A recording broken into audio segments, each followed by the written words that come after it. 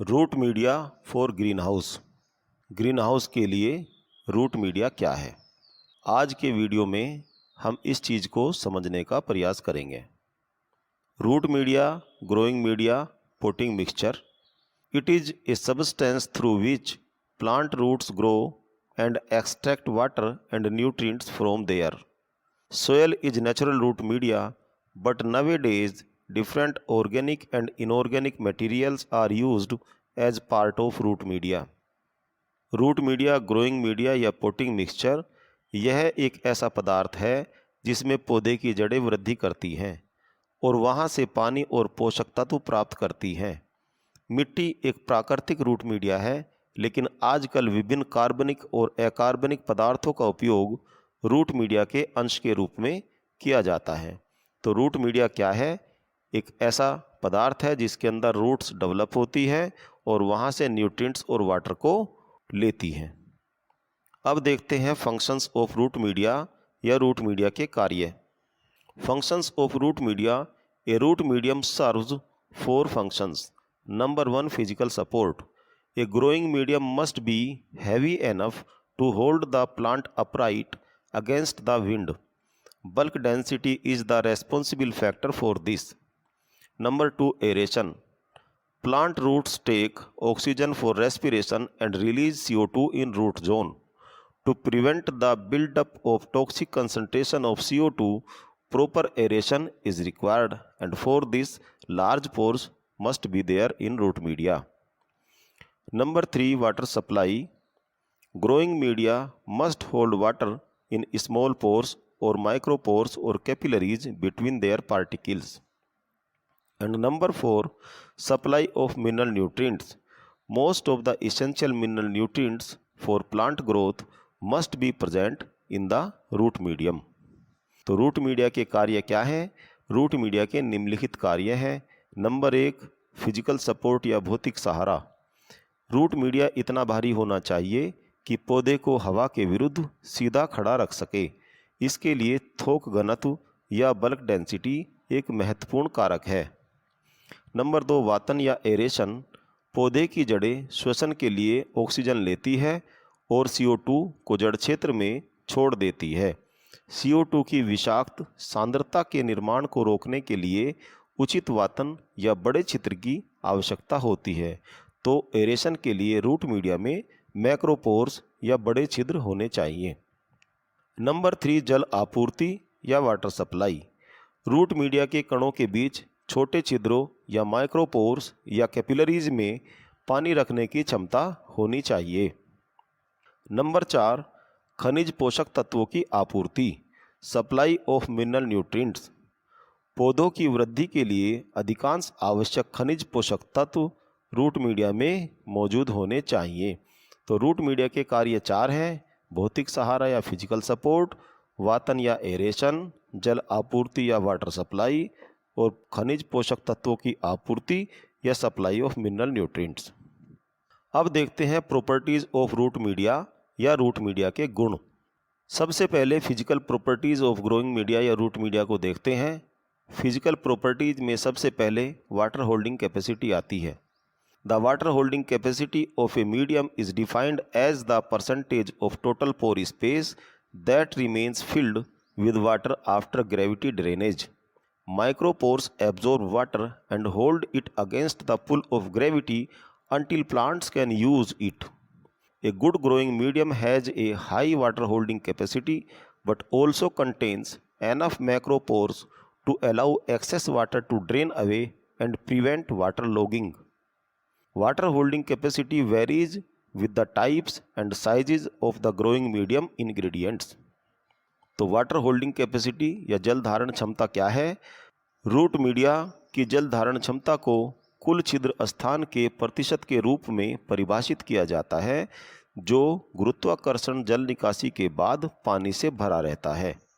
Micropores या छोटे छिद्र या कैपिलरीज पानी को अवशोषित करते हैं और इसे गुरुत्वाकर्षण के खिंचाव के खिलाफ तब तक पकड़े रहते हैं जब तक पौधे इसका उपयोग नहीं कर लेते। एक अच्छे रूट मीडिया में उच्च जल धारण क्षमता होती है, लेकिन इसमें पर्याप्त मैक्रोपोर्स या बड़े छिद्र भी होते हैं जिससे अतिरिक्त पानी निकल जाता है और जल भराव नहीं होता। जल धारण क्षमता रूट मीडिया में उपयुक्त सामग्री के प्रकार और आकार के अनुसार भिन्न होती है। जैसे यहाँ टेबल में दिखाई दे रहा है कि पीट की टोटल पोरोसिटी 89 to 94 और वाटर होल्डिंग कैपेसिटी 74 to 77 है। कोयर की पोरोसिटी 92 to 94 और वाटर होल्डिंग कैपेसिटी 82 to 83 है। परलाइट की पोरोसिटी 68 और वाटर होल्डिंग कैपेसिटी 36 to 40 है और वर्मिकुलाइट की पोरोसिटी 78 to 80 और वाटर होल्डिंग कैपेसिटी 70 to 72 है। अब अगर वाटर होल्डिंग कैपेसिटी की बात करते हैं तो यहाँ पर परलाइट की सबसे कम है और कोयर की सबसे ज़्यादा है। तो water holding capacity root media की अच्छी होनी चाहिए, लेकिन साथ साथ उसके अंदर जो एयर स्पेस है वह भी रहना चाहिए, जिससे कि वहाँ पर अतिरिक्त पानी जमा ना हो और वाटर लॉगिंग की कंडीशन उत्पन्न ना हो। दूसरी फिजिकल प्रॉपर्टी क्या आती है, वह है aeration. The percentage of pore space that remains filled with air after excess water has drained away is known as aeration. Aeration increases when macropores increases. तो एरेशन या वातन क्या है? अतिरिक्त पानी के निकल जाने के बाद हवा से भरे रहने वाले रोम छिद्रों का प्रतिशत वातन कहलाता है। मैक्रोपोर्स बढ़ने पर वातन बढ़ता है। तो कहने का अर्थ यह है कि जब हमने सोयल को या रूट मीडिया को इरिगेशन के थ्रू वाटर दिया तो उसके बाद में ग्रेविटेशनल फोर्स के कारण जो पानी नीचे चला गया तो कुछ स्पेस एयर से भर जाता है और उस स्थिति में जो एयर से भरा हुआ स्पेस है वही एरेशन कैपेसिटी है। तो रूट मीडिया में एरेशन की कैपेसिटी भी होनी चाहिए जिससे वाटर लॉगिंग ना हो और साथ ही साथ CO2 और ऑक्सीजन के मूवमेंट के लिए रूट मीडिया में स्पेस हो। अब हम देखते हैं porosity. The total porosity of a growing medium is the sum of space in the micropores and micropores. Plant needs both. तो पोरोसिटी क्या है? दोनों का सम है, टोटल है। मैक्रोपोर और माइक्रोपोर्स दोनों का टोटल अगर कर लें तो उसको हम पोरोसिटी कहेंगे और प्लांट को दोनों की ज़रूरत है। ए growing medium composed primarily of large particles will have more aeration and less water holding capacity than a medium of smaller particles which will have less aeration and more water holding capacity। तो porosity या सैरंध्रता क्या है? Root media की कुल सैरंध्रता या porosity मैक्रोपोर्स और micropores के स्थान का योग है, स्पेस का योग है। जितना स्पेस मैक्रोपोर्स का है और जितना माइक्रोपोर्स का है दोनों को यदि टोटल कर दें तो उसे हम पोरोसिटी कहेंगे। और पौधों को दोनों की ज़रूरत है। मुख्य रूप से बड़े कणों से बने रूट मीडिया में अधिक वातन और कम जल धारण क्षमता होगी और छोटे कणों के रूट मीडिया में कम वातन और अधिक जल धारण क्षमता होगी। यहाँ पर एक फिगर दी हुई है जिसमें एक्स एक्सिस पर सॉइल टेक्सचर बताया गया है और वाई एक्सिस पर पोर स्पेस बताया गया है। अब अगर इस हम ध्यान से देखते हैं तो जिधर सैंड है लेफ़्ट साइड में वहाँ पर मैक्रोपोर्स का वॉल्यूम ज़्यादा है और माइक्रोपोर्स का वॉल्यूम कम है। जैसे ही हम राइट साइड को बढ़ते हैं क्ले की तरफ तो हम देखते हैं कि मैक्रोपोर्स का स्पेस जो है टोटल वो कम होता चला जाता है और माइक्रोपोर्स का स्पेस बढ़ता चला जाता है। तो कहने का मतलब ये है कि अगर सॉइल पार्टिकल बड़े होंगे तो मैक्रोपोर ज़्यादा होंगे और माइक्रोपोर्स कम होंगे और सॉइल पार्टिकल छोटे होंगे तो मैक्रोपोर्स कम होंगे, माइक्रोपोर्स ज़्यादा होंगे। अब इसमें एक चीज़ और है, टोटल पोरोसिटी अगर हम देखते हैं तो क्ले की साइड जब हम बढ़ते हैं जो छोटे पार्टिकल हैं इस तरह की सोइल उधर अगर बढ़ते हैं तो वहाँ पर टोटल पोर स्पेस भी बढ़ जाता है। नेक्स्ट फिजिकल प्रॉपर्टी है bulk density. Media bulk density is weight per unit volume. An ideal media should have a proper weight to provide physical support to the plant but not be too heavy. Bulk density and porosity are inversely related. When the bulk density increases, the porosity decreases. तो bulk density क्या है? Media की bulk density वजन प्रति इकाई volume है। एक आदर्श media में पौधे को भौतिक सपोर्ट देने के लिए उचित वजन होना चाहिए, परंतु वह अधिक भारी न हो। थोक घनत्व या बल्क डेंसिटी और सैरंध्रता या पोरोसिटी विपरीत रूप से संबंधित होते हैं। जब थोक घनत्व बढ़ता है तो सैरंध्रता कम हो जाती है। तो जो रूट मीडिया की बल्क डेंसिटी है या वेट पर यूनिट वॉल्यूम है वो इतना भारी तो ज़रूर हो कि वो पौधे को सीधा खड़ा रख सके, परंतु बहुत अधिक भारी न हो, क्योंकि बहुत अधिक भारी अगर होगा तो उससे क्या होगा कि जो पोर है उसके अंदर कम रह जाएंगे, दब जाएगा मीडिया और पोरोसिटी कम हो जाएगी। अब आती है chemical properties of growing media या रूट मीडिया। केमिकल प्रॉपर्टीज में सबसे पहले पीएच को देखते हैं। Most native plants tend to grow best at pH levels between 5.5 and 6.5, although some species are tolerant of higher or lower pH levels. The main effect of pH on plant growth is its control on nutrient availability. तो root media के pH की अगर बात करें तो अधिकांश पौधे 5.5 और 6.5 के बीच पीएच स्तर पर सबसे अच्छे से विकसित होते हैं। हालांकि कुछ प्रजातियां उच्च या निम्न पीएच स्तर के प्रति भी सहनशील होती है। पौधों की वृद्धि पर पीएच का मुख्य प्रभाव पोषक तत्वों की उपलब्धता पर इसका नियंत्रण है। तो जो पोषक तत्वों की उपलब्धता है, जो अवेलेबिलिटी ऑफ न्यूट्रिएंट्स है, वो पीएच से निर्धारित होती है। यहाँ पर फिगर में अगर हम देखते हैं तो 5.5 और 7 के बीच में जो पीएच की रेंज है वहाँ पर अधिकतर nutrients nitrogen, phosphorus, potassium, sulphur, iron, magnesium, boron, copper, molybdenum, ये सभी के सभी उचित मात्रा में पौधों को उपलब्ध हैं। परंतु यदि पीएच कम कर देते हैं, जैसे पीएच 4 की अगर बात करें, तो वहाँ पर हम देखते हैं nitrogen, phosphorus, potassium, calcium, magnesium आदि की उपलब्धता बिल्कुल कम हो जाती है, न्यूनतम हो जाती है। और अगर पीएच बढ़ा देते हैं 7 से ऊपर, तो वहाँ पर भी देखें 10 के आसपास देखें तो काफ़ी न्यूट्रिएंट्स जैसे नाइट्रोजन है, मैग्नीशियम है, कैल्शियम है, मैग्नीज है, इनकी उपलब्धता कम हो जाती है। तो यदि न्यूट्रिएंट्स की उपलब्धता को सही रखना है तो सही पीएच रेंज का होना भी बहुत आवश्यक है। दूसरी जो केमिकल प्रॉपर्टी है वो है कैटायन एक्सचेंज कैपेसिटी या CEC।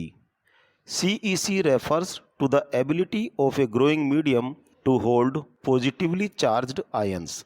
CEC of a growing medium reflects its nutrient storage capacity. Because nutrient leaching occurs during irrigation, high CEC of medium is beneficial. It is generally expressed as milliequivalent per 100 gram of dry root media. For example, in sandy soil, it is 3 to 6 milliequivalent per 100 gram. For clay loam, it is 10 to 25 milliequivalent per 100 gram, and for organic matter it is 250 to 450 milliequivalent per 100 gram. तो CEC या धनायन विनिमय क्षमता CEC root media की धनायन आवेशित आयनों को धारण करने की या होल्ड करने की क्षमता को संदर्भित करता है। रूट मीडिया का CEC इसकी पोषक तत्वों की भंडारण क्षमता को दर्शाता है। चूँकि सिंचाई के दौरान पोषक तत्वों का निक्षालन या लीचिंग होता है, इसलिए माध्यम का उच्च CEC फायदेमंद रहता है। आमतौर पर इसे शुष्क रूट मीडिया में मिलीइक्विवेलेंट प्रति 100 ग्राम के रूप में व्यक्त किया जाता है। तो यहाँ पर अगर हम रेतीली सोयल की बात करें तो वहाँ इसकी वैल्यू 3 to 6 मिलीइक्विवेलेंट प्रति 100 ग्राम है।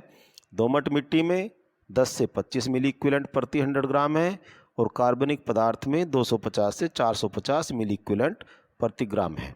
तो यहाँ देखने से ये पता चलता है कि CEC अगर अधिक है तो वो अधिक जो पॉजिटिवली चार्ज्ड आयंस है जैसे कैल्शियम, मैग्नीशियम, एल्यूमिनियम, इनको अधिक से अधिक अपने अंदर होल्ड करके रख सकता है और वो लीचिंग से नीचे ज़मीन में नहीं जाएंगे। अब अगर अधिक न्यूट्रिएंट्स को होल्ड करके रख सकता है तो वो अधिक न्यूट्रिएंट्स पौधों के लिए अवेलेबल भी रहते हैं। तो जितनी अधिक CEC होगी उतने ही अधिक वो कैटायंस को होल्ड करके रखेगा और वह पौधों के यूज में आ जाएंगे। अगर कम CEC है तो जो न्यूट्रिएंट्स दिए वो लीचिंग के द्वारा नीचे चले जाएंगे और वो अधिक न्यूट्रिएंट्स को होल्ड नहीं कर पाएगा। तो CEC रूट मीडिया की अच्छी होनी चाहिए। अब तीसरी जो केमिकल प्रॉपर्टी है वो सॉइल इलेक्ट्रिकल कंडक्टिविटी है। It is a measure of the amount of salt in soil या सैलिनिटी ऑफ सोयल।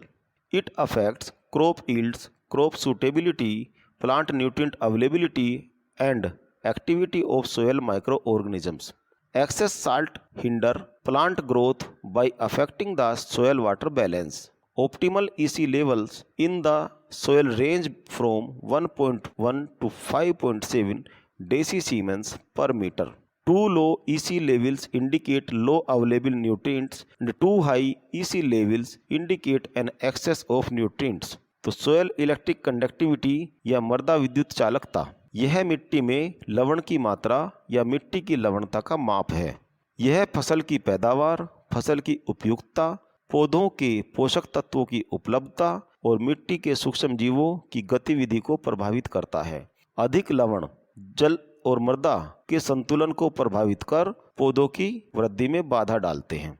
मिट्टी में इष्टतम EC स्तर 1.1 से 5.7 डेसीसीमेंस प्रति मीटर के बीच में होता है। बहुत कम EC स्तर कम उपलब्ध पोषक तत्वों का संकेत देते हैं और बहुत अधिक EC स्तर पोषक तत्वों की अधिकता का संकेत देते हैं। तो कहने का अर्थ यह है कि सोयल के अंदर जितनी अधिक मात्रा में साल्ट होंगे उतनी ही उसकी इलेक्ट्रिक कंडक्टिविटी ज़्यादा होगी, क्योंकि उसके अंदर आयंस ज़्यादा होंगे, और जितने कम साल्ट होंगे इलेक्ट्रिक कंडक्टिविटी उतनी ही कम होगी। तो इसका प्रभाव क्या पड़ता है? जैसे नॉन सैलाइन सोयल है जहाँ पर इलेक्ट्रिक कंडक्टिविटी कितनी है 0 to 2, तो वहाँ पर सोयल के अंदर जो साल्ट है उसकी कंसंट्रेशन से प्लांट्स पर कोई प्रभाव नहीं पड़ेगा।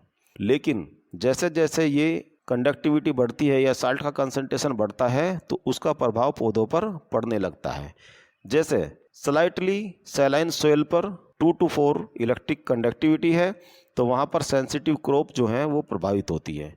सैलाइन सोयल में 4 to 8 है, वहाँ पर भी बहुत सारी क्रॉप इससे प्रभावित होती है। जो स्ट्रॉन्गली सैलाइन सोयल है जहाँ 8 से 16 के बीच में EC है तो वहाँ पर कुछ टॉलरेंट जो क्रॉप है वही उसके अंदर ग्रो कर सकती है, और एक्सट्रीमली सैलाइन में तो बहुत ही कम क्रॉप है जो उसके अंदर ग्रो कर सकती है। तो ये जो ज़्यादा साल्ट हो जाता है इसके कारण क्या है कि सोयल के अंदर जब साल्ट का कंसंट्रेशन ज़्यादा होगा तो कंसंट्रेटेड साल्ट होने के कारण, कंसंट्रेटेड वाटर होने के कारण वहाँ से वाटर को एब्जॉर्ब करना प्लांट्स के लिए मुश्किल हो जाता है। चौथा जो कैरेक्टर या चौथी जो प्रॉपर्टी है वो है carbon to nitrogen ratio. It is a ratio of the mass of carbon to the mass of nitrogen in a substance. For example, a CN of 10:1 means there is 10 units of carbon for each unit of nitrogen in the substance. The CN ratio affects crop residue decomposition and nutrient cycling, predominantly nitrogen. Carbon से nitrogen का अनुपात या carbon nitrogen ratio यह किसी पदार्थ में carbon के द्रव्यमान और नाइट्रोजन के द्रव्यमान का अनुपात है। उदाहरण के लिए 10:1 के CN का अर्थ है कि पदार्थ में नाइट्रोजन की प्रत्येक इकाई के लिए 10 यूनिट कार्बन है। कार्बन नाइट्रोजन अनुपात फसल अवशेष अपघटन या पोषक चक्रण मुख्य रूप से नाइट्रोजन को प्रभावित करता है। अब CN रेशो, ये बात है कि CN रेशो का मतलब है कि जो मटेरियल उसके अंदर डाला गया सोयल के अंदर उसमें कितनी कार्बन है और कितनी नाइट्रोजन है। इसका क्या प्रभाव है अभी आगे देखते हैं। Soil microorganisms have a CN ratio near 8:1 to stay alive. Body maintenance plus energy के लिए, अलाइव रहने के लिए बॉडी मेंटेनेंस प्लस एनर्जी दोनों चाहिए। Microbes need a diet with A CN ratio near 24:1 with 16 part of nitrogen used for energy and 8 parts for maintenance। तो मृदा में सूक्ष्म जीवों का जो सूक्ष्म जीव मृदा के अंदर हैं उनका जो CN अनुपात है वो 8:1 के करीब होता है, और उनको जीवित रहने के लिए जिस भोजन की आवश्यकता है उसका CN रेशो 24:1 होना चाहिए, क्योंकि 24:1 में 16 भाग उसके ऊर्जा में काम आ जाएंगे और 8 भाग उसके मेंटेनेंस या रखरखाव में काम आ जाते हैं। If food stuff such as a mature alpha है CN ratio 25:1 is added to the soil, the soil microorganisms will consume it relatively quickly with essentially no excess carbon और नाइट्रोजन लेफ्ट ओवर। तो यदि खाद्य पदार्थ जैसे परिपक्व alpha alpha घास है जिसकी CN रेशो 25:1 है, उसको मिट्टी में मिला दिया जाता है, तो मिट्टी के सूक्ष्म जीव अपेक्षाकृत जल्दी से इसका उपभोग करेंगे और कोई अतिरिक्त कार्बन या नाइट्रोजन नहीं बचेगा, क्योंकि 25:1 का जो अनुपात है वो 24:1 के आसपास है। तो उसमें जो माइक्रोब को चाहिए अनुपात, वो अनुपात मिल रहा है, तो ना तो नाइट्रोजन बचेगी और ना कार्बन बचेगी, दोनों को वो कंज्यूम कर लेंगे और ना ही कोई चीज़ रिलीज करेंगे, तो वो बिल्कुल उनके लिए परफेक्ट है। If a higher CN ratio such as wheat straw 80:1 is added to the soil, the microbes will take additional nitrogen from soil and create a deficit of nitrogen. अब यदि उच्च CN अनुपात जैसे गेहूं का भूसा जिसका जो CN अनुपात 80:1 है को मिट्टी में मिलाया जाता है, तो सूक्ष्म जीव मिट्टी से अतिरिक्त नाइट्रोजन लेंगे और नाइट्रोजन की कमी पैदा कर देंगे। क्यों? क्योंकि 80:1 का जो अनुपात है उसका अगर तुलना करें 24:1 से, तो 24:1 लाने के लिए अतिरिक्त नाइट्रोजन की आवश्यकता पड़ेगी, और वो अतिरिक्त नाइट्रोजन कहाँ से ली जाएगी? मिट्टी से लेंगे। अब माइक्रोब्स मिट्टी से अगर नाइट्रोजन लेंगे तो मिट्टी में नाइट्रोजन की कमी हो जाएगी। If the lower CN ratio crop 11:1 is added to the soil, the microbes will consume that and leave the excess nitrogen in the soil. अब यदि हम इस प्रकार का मटेरियल मिलाते हैं जिसके अंदर CN रेशो 11:1 या ये कहें कि 24:1 से कम है, तो क्या होगा? सूक्ष्म जीव उसका उपभोग तो कर लेंगे, लेकिन उससे जो एक्स्ट्रा नाइट्रोजन है वो मिट्टी में छोड़ देंगे। तो यहाँ टेबल एक दी गई है जिसमें दिया गया है अलग अलग मटेरियल का CN रेशो, जैसे राई स्ट्रा का 82:1 है, व्हीट स्ट्रा का 80:1 है, आइडियल माइक्रोबियल डाइट का क्या 24:1 है, मैच्योर अल्फा अल्फा का 25:1 है। तो इस प्रकार से अलग अलग मटेरियल का CN रेशो अलग अलग है। तो माइक्रोब्स के सही ग्रोथ एंड डेवलपमेंट के लिए प्रॉपर CN रेशो का मटेरियल ही उसमें मिलाया जाना चाहिए, जिससे उसका डिकम्पोजिशन इजीली हो सके। तो अब हमने देख लिया इस वीडियो में कि रूट मीडिया क्या है, उसका कार्य क्या है, उसकी फिजिकल प्रॉपर्टी क्या है और उसकी केमिकल प्रॉपर्टी क्या है। तो देखने के लिए बहुत बहुत धन्यवाद।